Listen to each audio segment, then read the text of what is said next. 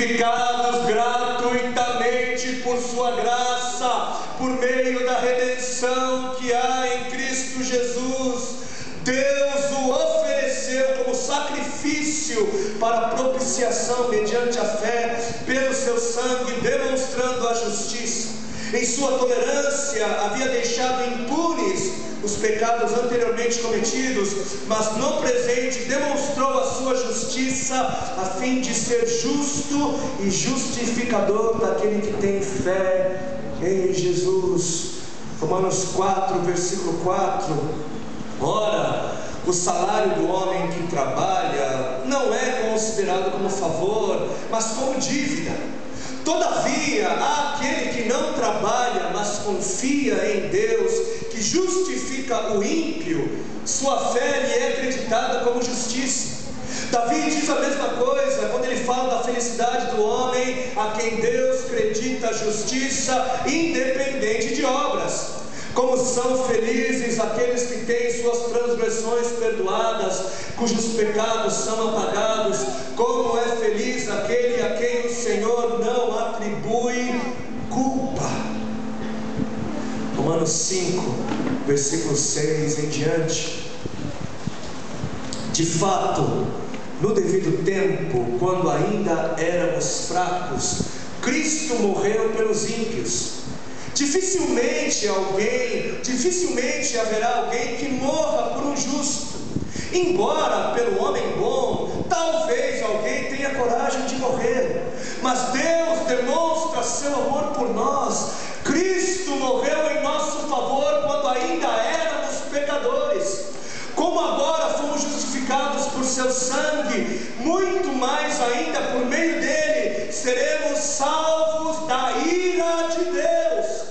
Se quando éramos inimigos de Deus, fomos reconciliados com ele mediante a morte de seu filho, quanto mais agora, tendo sido reconciliados, seremos salvos por sua vida. Romanos 6, 23. Porque o salário do pecado é a morte, mas o dom, o presente gratuito de Deus é a vida eterna em Cristo Jesus, nosso Senhor. E finalmente Romanos capítulo 8, versículo 1 em diante. Portanto, agora já não há condenação para os que estão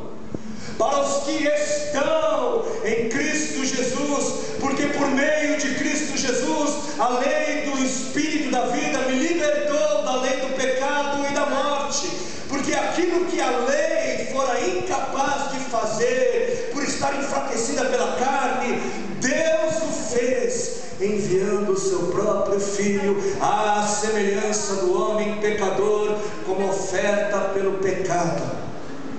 E assim condenou o pecado na carne, a fim de que as justas exigências da lei fossem plenamente satisfeitas em nós, que não vivemos segundo a carne, mas segundo o Espírito.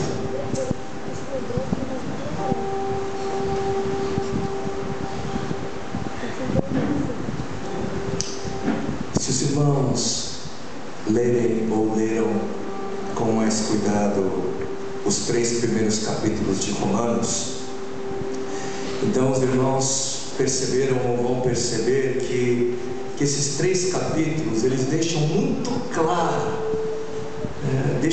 esses 3 capítulos deixam muito claro o estado, a condição do coração do homem, a depravação do coração humano depois da queda, depois do primeiro pecado. Fica muito claro nesses 3 primeiros capítulos o porquê todos os homens, todas as pessoas são dignas de serem alvos da ira de Deus, da ira santa de Deus. Fica muito claro o porquê todos nós somos merecedores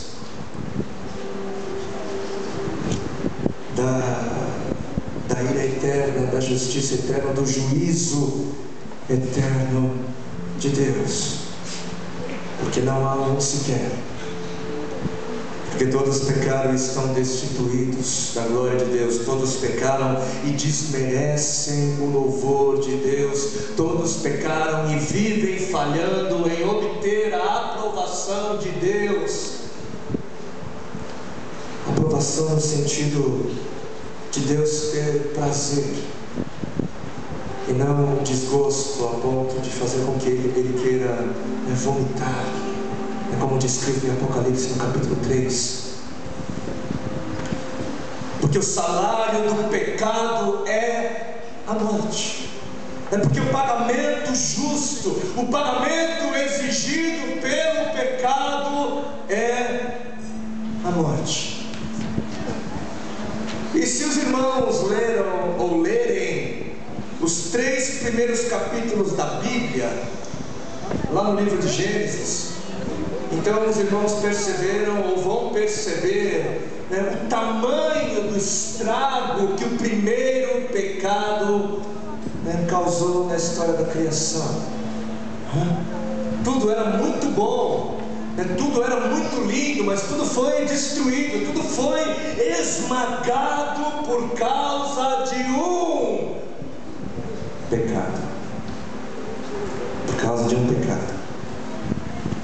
E muitas pessoas, inclusive cristãos, eles não conseguem entender como é que um Deus bondoso seria capaz de enviar pessoas para o inferno para sempre, só porque cometeram alguns pecados durante alguns anos, 80 anos, né, de vida. A gente ouve comentários desse tipo: poxa, mas o que é isso? Que justiça é essa? O camarada ele comete aí alguns pecados durante mais 100 anos de vida, mas por causa desses anos de vida e desses pecados ele passa toda uma eternidade queimando. Que justiça é essa? Que bondade é essa? Que amor é esse? E é claro que esse tipo de comentário é errado. E é errado porque ele parte de um ponto de vista errado. Esse tipo de comentário, ele parte de um ponto de vista humano. Parte de um ponto de vista humano. E se nós fizermos as contas, o inferno, né, ele entra na história da humanidade por causa de um pecado. É por causa de um pecado. E o ponto de vista humano, ele faz a gente gritar de indignação. Poxa vida, como assim? Inferno eterno por causa de um pecado. É por causa de um pecado. O que é isso? Se você parte do ponto de vista humano, não cabe na cabeça. Não dá para entender como é que por causa de um pecado é justo o envio de toda uma humanidade à perdição, à condenação eterna. Nunca. Agora, se nós mudarmos o nosso ponto de vista, se nós adotarmos o ponto de vista divino, aí a nossa pergunta ela muda. A nossa pergunta então passa a ser a seguinte: puxa, o que é então? O que é o pecado? Para que a consciência